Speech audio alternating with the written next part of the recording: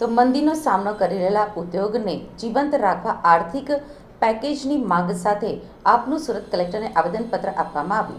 ગુજરાતનો હીરા ઉદ્યોગ દેશની જીડીપીમાં 7%નું યોગદાન આપે છે. વિશ્વના જેમ્સ એન્ડ જ્વેલરી માર્કેટમાં $6.48 બિલિયન અમેરિકન ડોલરના ધંધા સાથે કુલ માર્કેટનો 29% હિસ્સો ધરાવનાર તથા ભારતમાંથી થતા કુલ નિકાસમાં 15.71% હિસ્સો ધરાવનાર હીરા ઉદ્યોગ દેશનો સૌથી મહત્વનો અને ભારતની પ્રતિષ્ઠામાં વધારો કરનાર ઉદ્યોગ છે. પરંતુ હાલ મંદીનો સામનો કરી રહ્યો છે. રત્ન કલાકારો આપઘાત કરી રહ્યા છે.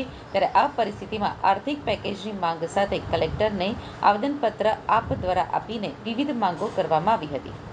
મનોજ સોરઠિયાએ કહ્યું કે છેલ્લા કેટલાક મહિનામાં 50થી વધુ રત્ન કલાકારોએ આર્થિક સંકળામણના કારણે આત્મહત્યા કરી છે.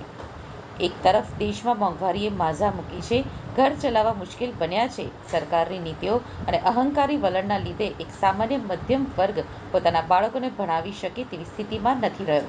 ત્યારે લોકોને આપની પાસે બીજી કોઈ જ આશા બચી નથી. આ વખતના બજેટમાં ગુજરાતનો હીરા ઉદ્યોગ તમારી સરકાર પાસે રાહત પેકેજની આશા રાખીને બેઠો હતો, પરંતુ ખાસ સુવિધા મળી નથી.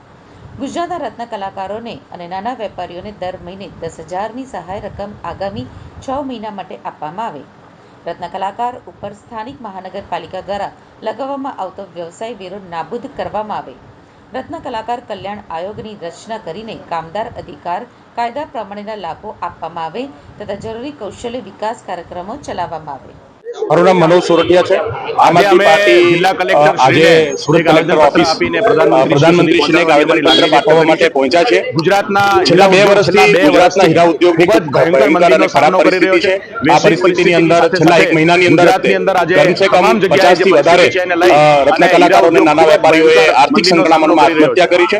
ત્યારે હીરા ઉદ્યોગ ખૂબ જ મહત્વનો અને સૌથી વધારે વિદેશી હુંડિયામણ રળી આપનાર ઉદ્યોગ હોવા છતાં આજે આ પરિસ્થિતિનો સામનો કરી રહ્યા હોય ત્યારે કેન્દ્ર સરકાર પાસે આમ આદમી પાર્ટીની એ માંગ છે કે હીરા ઉદ્યોગને આર્થિક પેકેજ આપવામાં આવે. તમામ જે હીરાના વેપારીઓ અને રત્ન કલાકારો છે એમને આગામી 6 મહિના માટે દર મહિને 10,000 જેટલી સન્માન રાશિ આપવામાં આવે. રત્ન કલાકાર કલ્યાણ બોર્ડની રચના કરવામાં આવે અને રત્ન કલાકારોનું કૌશલ્યવર્ધન અને એમના પરિવારોને મદદરૂપ થઈ શકાય એના માટેની અમારી માંગણી છે. સાથે સાથે સુરતના પ્રોફેશનલ ટેક્સ મહાનગરપાલિકા દ્વારા લેવામાં આવે છે. હીરા ઉદ્યોગ ઉપરથી પ્રોફેશનલ ટેક્સ નાબૂદ કરવામાં આવે જેથી કરીને આવા સમયની અંદર હીરા ઉદ્યોગ ટકી શકે અને જ્યારે સારો સમય હોય ત્યારે આ જે ઉદ્યોગ છે ફરીથી દેશને અને ગુજરાતના વિકાસમાં યોગદાન આપી શકે એવી આજે અમારી માંગણી લઈને અમે કલેક્ટર ઓફિસ